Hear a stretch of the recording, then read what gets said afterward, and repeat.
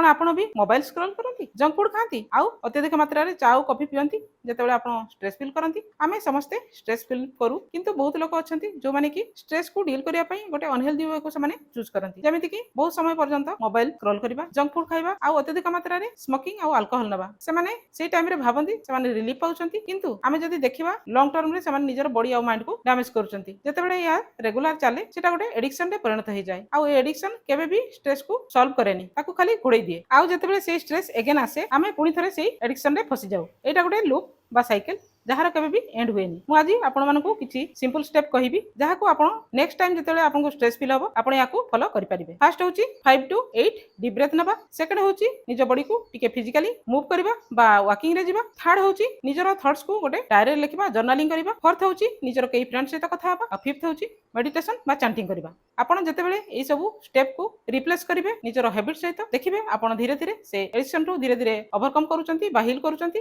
जोटा कि आपनकर बॉडी आ माइंड को डैमेज करूला तो आज आपण मते कमेंट सेक्शन रे जणांतु आपण आज टू को बैड हैबिट बा एडिक्शन टू ओवरकम करिया पई चाहउचंती।